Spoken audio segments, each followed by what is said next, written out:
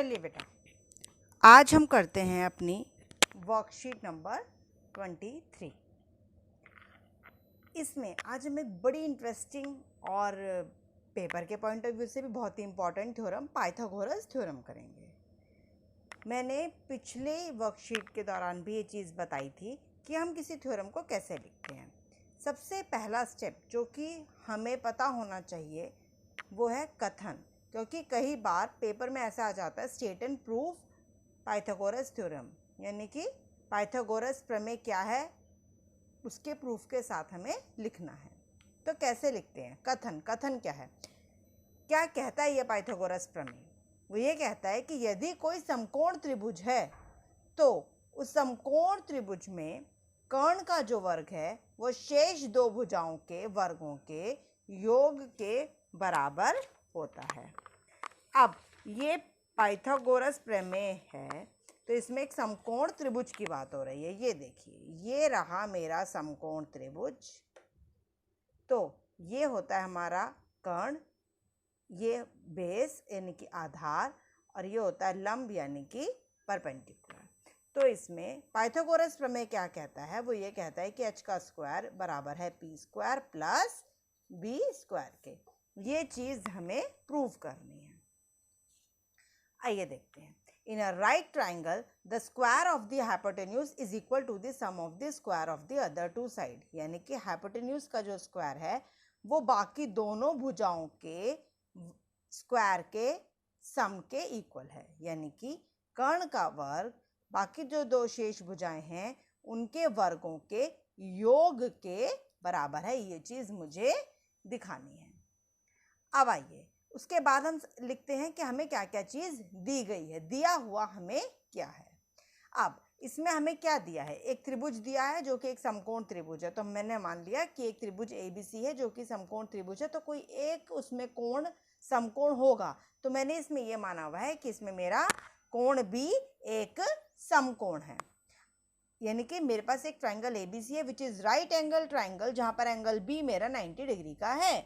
तो यदि मैं इसी में इसे A, B और C मान लूँ तो मुझे क्या दिखाना है कि AC का स्क्वायर इक्वल है AB का स्क्वायर प्लस BC के स्क्वायर के। हो गया मेरा यहाँ तक। अब इस चीज़ को करने के लिए मैंने ये बनाई है फिगर। ABC मेरा ये राइट एंगल ट्राइंगल है, ये मुझे दिया हुआ था। अब इसमें प्रूफ करने के लिए मैंने कंस्ट्रक्शन यानी कि रचना करी। मैंने एक लंब यानी कि परपेंडिकुलर BD बनाया जो कि AC के ऊपर लंब है, यानी कि BD is perpendicular to AC मैंने बनाया। अब यहाँ ध्यान दीजिए, सबसे इम्पॉर्टेंट स्टेप प्रूफ कैसे करते हैं। पहला स्टेप, ये छोटा वाला ये ट्रायंगल एक 1 नंबर है, ये एक ट्रायंगल है 2 और एक ये बड़ा ट्रायंगल इसे हम 3 मान लें। तो पहले 1 को 3 के सिमिलर दिखाएंगे, फिर 2 को 3 के सिमिलर दिखाएंगे। ठीक, पहला स्टेप 1 को 3 के सिमिलर, यानी कि इस छोटे वाले ट्रायंगल को इस पूरे बड़े वाले ट्रायंगल के सिमिलर हम दिखाएंगे। कैसे? देखिए, ADB और ABC ये दो ट्रायंगल मैंने लिए, ये छोटा वाला और ये बड़ा वाला। जब हम दोनों ट्रायंगल्स को देखें ध्यान से तो में दोनों में ही एंगल A तो आ ही रहा है। इस छोटे ट्रायंगल में भी एंगल A आ रहा है ये, और इस बड़े ट्रायंगल में भी एंगल A मेरा आ रहा है। तो एंगल A दोनों में कॉमन है। इस छोटे ट्रायंगल में ये वाला एंगल 90 है और इस बड़े में ये 90 है। ठीक, तो ट्रायंगल ADB और ट्रायंगल ABC में एंगल A दोनों में कॉमन है। इसमें एंगल ADB 90 डिग्री है और इसमें एंगल ABC 90 डिग्री है, यानी कि इन दोनों ही त्रिभुजों में मैंने दो कोण बराबर कर दिए। तो AA समरूपता नियम से, AA सिमिलैरिटी क्राइटेरिया से मेरे दोनों ही त्रिभुज क्या हो गए हैं? सिमिलर, यानी कि समरूप। ठीक, अब नेक्स्ट स्टेप पे चलते हैं। अब मैं इस वाले ट्रायंगल को इस बड़े ट्रायंगल के सिमिलर दिखाऊंगी। तो इस वाले ट्रायंगल में देखें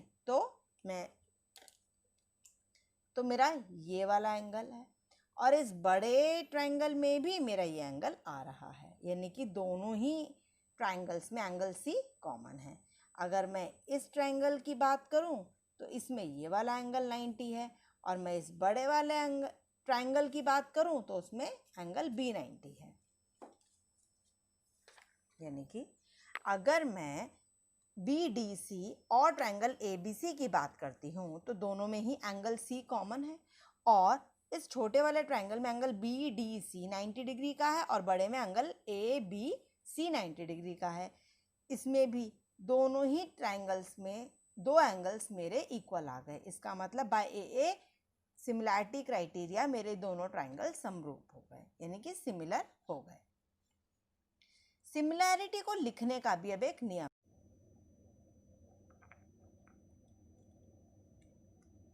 अब इस चीज़ को लिखने का भी एक तरीका है कि जब हम सिमिलैरिटी लिखते हैं, अब मैंने जब पहले देखा था कि इधर एंगल A दोनों में कॉमन है और इधर एंगल B और इधर एंगल D मेरे बराबर हैं, तो मैं इसे लिखूंगी कैसे? ट्राइंगल ADB सिमिलर है ट्राइंगल ABC के। देखिए एंगल A मेरा इधर एंगल A के इक्वल है, इधर एंगल D 90 डिग्री का था ADB में, तो बड़े ट्राइंगल ABC में एंगल B मेरा 90 डिग्री का था। क्लियर है मेरा ये स्टेप? इसके बाद देखिए, जब दो ट्राइंगल सिमिलर हो जाते हैं तो उनकी साइड्स रेशियो में आती हैं, यानी कि समानुपाती होती हैं। मतलब, और इसको देखने का बड़ा सिंपल सा तरीका है, पहले दो तो इधर के भी पहले दो, यानी कि AD अपॉन में AB, पहला आखिरी तो इसका भी पहला आखिरी, यानी कि AB अपॉन में AC। क्लियर? इसके बाद हम क्या करेंगे? क्रॉस मल्टीप्लिकेशन, यानी कि AB का square is equal to AD into AC। ये आ गई मेरी फर्स्ट इक्वेशन। सिमिलरली जब मैंने ट्राइंगल BDC को ट्राइंगल ABC के सिमिलर दिखा दिया, सेम वही स्टेप्स लेंगे, आखिरी दो तो आखिरी दो, यानी कि CD अपॉन में BC बराबर पहला आखिरी, यानी कि BC अपॉन में AC। क्रॉस मल्टीप्लाई करेंगे तो BC इंटू BC का square is equal to CD into AC। अब मैं इक्वेशन 1 को और इक्वेशन 2 को ऐड कर लूँगी, यानी कि AB का स्क्वायर प्लस BC का स्क्वायर किसके इक्वल हो जाएगा? AD into AC plus CD into AC। ज़रा अब हम ध्यान दें तो दोनों में AC मेरा कॉमन है, बाहर निकल जाएगा, अंदर क्या रहेगा? AD plus CD, AD plus CD। ध्यान दें, AD प्लस CD जो कि क्या है? AC। तो ये क्या हो जाएगा? AC इंटू AC, यानी कि AB का स्क्वायर प्लस BC का square is equal to AC का स्क्वायर, यानी कि AC का square is equal to AB square plus BC square. यही थी मेरी पाइथागोरस थ्योरम, जो कि बहुत ही इंपॉर्टेंट थ्योरम है। एक बार हम इसे दोबारा देखते हैं।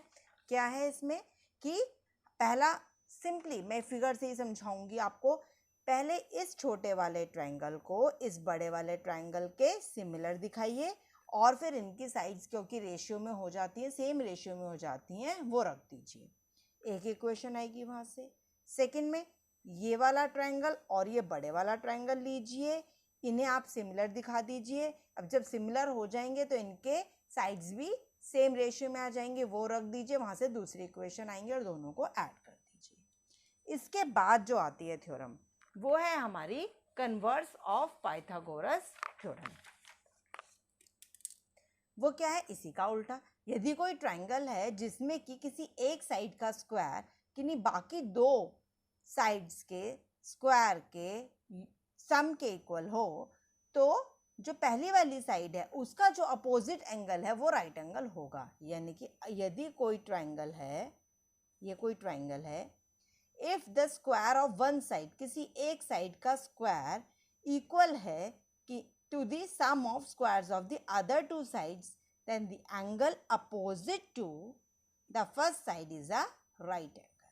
ये होता है कि यदि किसी त्रिभुज में एक भुजा का वर्ग किन्हीं अन्य दो भुजाओं के वर्गों के योग के बराबर हो, तो पहली भुजा के समकोण एक समकोण होता है।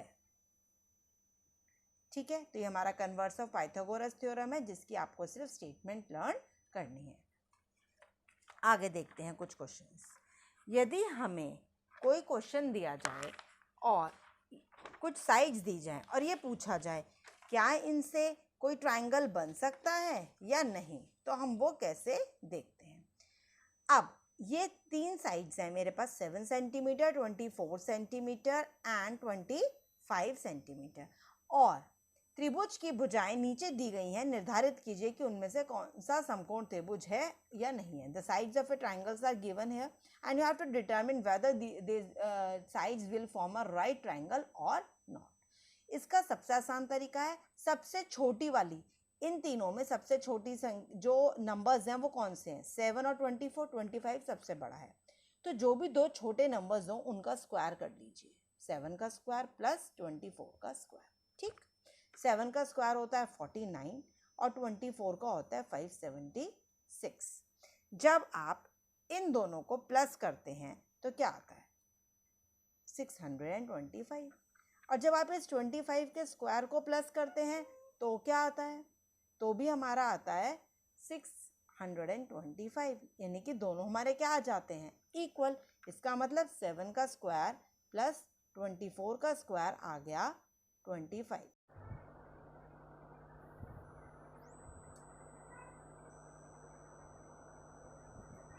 हाँ जी बेटा, तो अब हम क्या करेंगे, हमने 7 का स्क्वायर प्लस 24 का स्क्वायर इक्वल टू 25 स्क्वायर आ गया। एक तरीके से देखें तो p का स्क्वायर प्लस b का square is equal to h square, कुछ इस तरीके की इक्वेशन बन गई, जो कि क्या है, ये तो वही पाइथागोरस थ्योरम है कि दो भुजाओं के वर्गों का योग किसी तीसरी भुजा के वर्ग के बराबर आ रहा है, यानी कि एक भुजा का वर्ग बाकी दो भुजाओं के वर्गों के योग के बराबर आ रहा है। इसका मतलब ये हमारा पाइथागोरियन ट्रिपलेट है, 7, 24 और 25 मिलकर हमारा पाइथागोरियन ट्रिपलेट बनाता है। ठीक है बेटा, तो इस तरीके से अब हमें क्या पता चल गया कि दो छोटी भुजाओं के वर्गों का योग तीसरी भुजा के वर्ग के बराबर है, इसलिए पाइथागोरियन ट्रिपलेट है और यह समकोण त्रिभुज बनाएगा। अब हमारे पास तीन और भुजाएं हैं, 3, 8 और 6। अब हम इनको देखते हैं कि अब हमें इन्हें कैसे करना है। 3, 8 और 6, इनमें छोटी वाली दो कौन सी हैं, 3 और 6, तो हम क्या करेंगे, 3 की घात 2 जमा 6 की घात 2, 3 की घात 2 यानी कि 3 का स्क्वायर 9, 6 की घात 2 यानी कि 6 का स्क्वायर 36, जो कि होता है 45, और 8 का स्क्वायर करें तो 64, यानी कि ये दोनों बराबर नहीं आ रहे हैं। इसका मतलब कि दो छोटी भुजाओं के वर्ग का योग तीसरी भुजा के वर्ग के बराबर नहीं है। इसका मतलब ये पाइथागोरियन ट्रिपलेट्स नहीं है, यानी कि समकोण त्रिभुज किसी भी तरीके से नहीं बना सकते हैं। ठीक है बेटा, तो इनको देखने का सबसे अच्छा तरीका यही है कि आप देखें कि दो भुजाओं, जो छोटी वाली दो भुजाएं हैं उनके वर्गों का योग करके देखें, यदि वे तीसरी भुजा के वर्ग के बराबर आ जाए तो वो तीनों भुजाएं आपका समकोण त्रिभुज बनाएंगी, अदरवाइज वो समकोण त्रिभुज नहीं बनाएंगी। आइए और क्वेश्चन देखते हैं। 6, 8 और 10, इनका देखें, दो छोटी वाली ये दोनों हैं, तो 6 का स्क्वायर प्लस 8 का स्क्वायर होगा 36 प्लस 64 यानी कि 100, और 10 का स्क्वायर वो भी होगा 100, यानी कि 6 का स्क्वायर प्लस 8 का स्क्वायर हमारा 10 के स्क्वायर के बराबर आ गया।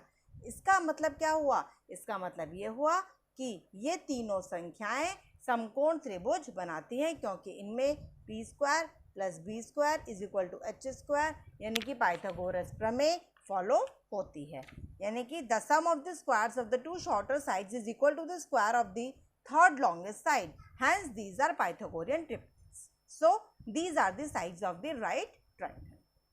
आगे देखें तो हमारे पास तीन भुजाएं दे रखी हैं, 8, 13 और 12, इनमें छोटी वाली हैं 8 और 12, 8 का स्क्वायर प्लस 12 का स्क्वायर करके देखते हैं।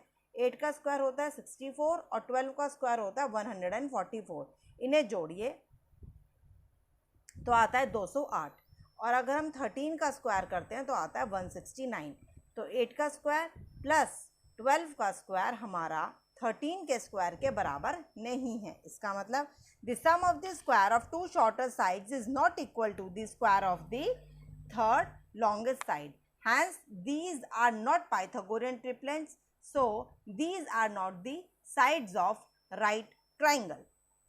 तो इसी तरीके से बेटा अगर कोई 3 साइड्स आपको दे रखी हैं तो उनको देखकर आप ये पता लगा सकते हैं कि कौन सी 3 साइड्स आपकी वो राइट एंगल ट्रायंगल को रिप्रेजेंट करती हैं और कौन सी नहीं करती हैं। इस टाइप के क्वेश्चंस के और प्रैक्टिस करते रहिए। Thank you.